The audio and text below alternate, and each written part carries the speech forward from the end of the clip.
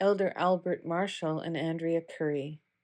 Reflections on Love and Sharing as Reciprocity. What little English grammar I have, but I do believe I have a little bit of understanding of what that word implies. It does not imply indoctrination. It implies to me sharing.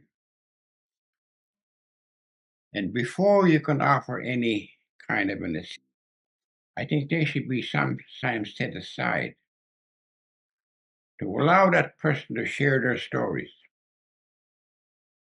not just where they come from, who they are, and where they are going, and why they are here.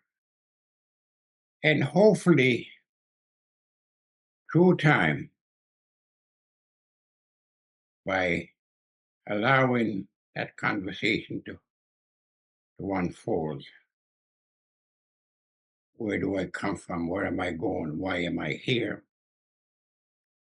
It will provide a confidence in that person to know really that in which they will never ask, who am I?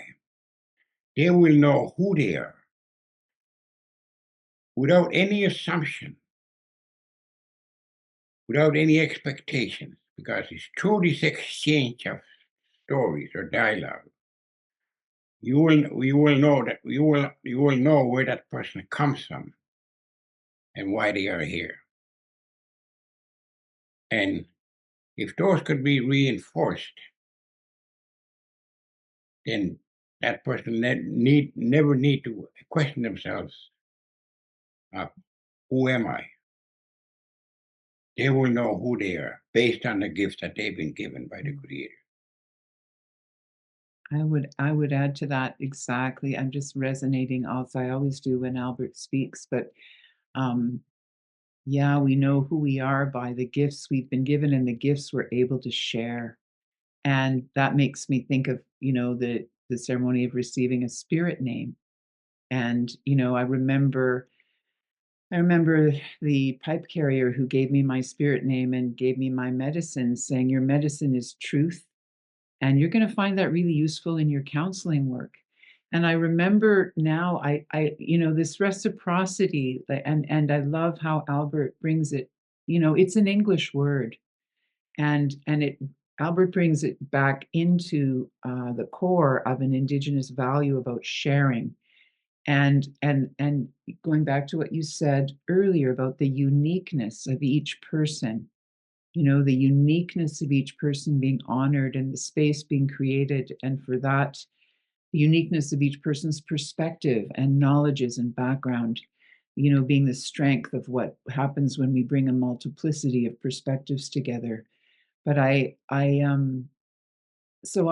think a lot about reciprocity, and I had um, I guess for me, it was a bit of a light bulb moment at one point when I realized, and I have to also say another teacher that I love is Robin Wall Kimmerer.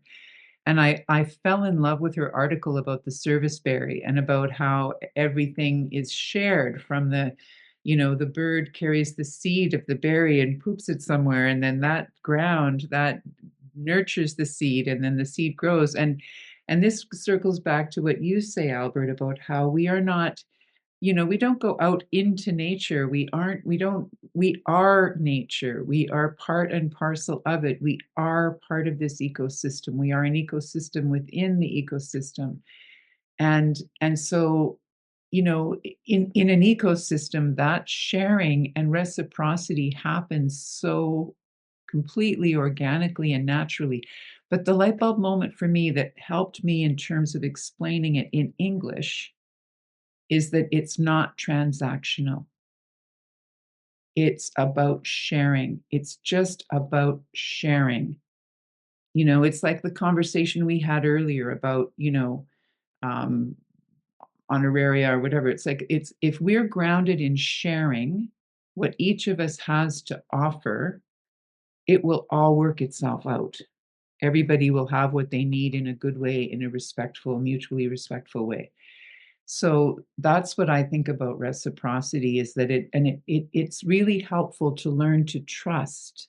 And this is a big part of decolonizing the ways we think, because I think we have been raised, those of us that were raised in white ways of thinking, to think that if we give something, we should expect to receive something in return. And usually there's a time kind of oriented, like it happens in a timely way. Um, and the indigenous teaching is we share whenever we have something in abundance, we have something to share. And we don't worry about what will come back to us. We trust that it will. Because if we build communities where everybody is sharing what we have, that are able to share with others, we know that everyone will have enough. Everyone will receive what they need. So that, to me, that reciprocity piece is, and in terms of, I've felt that in my work in helping, individuals and communities heal in so many ways, like, um, I remember just sort of absorbing the truth of it, and the lived experience of it in the community, where I would be working with a young person, who needed to talk or needed some support with some stuff going on in his life. And the next thing you know, a couple of days later, I'd be in the school gym setting up for an event, and he would be helping me figure out how to set up the sound equipment. Like, it's that concrete, it's that simple. And that when we live that way in community, we all experience our worth and what we have to offer, and we're all equal.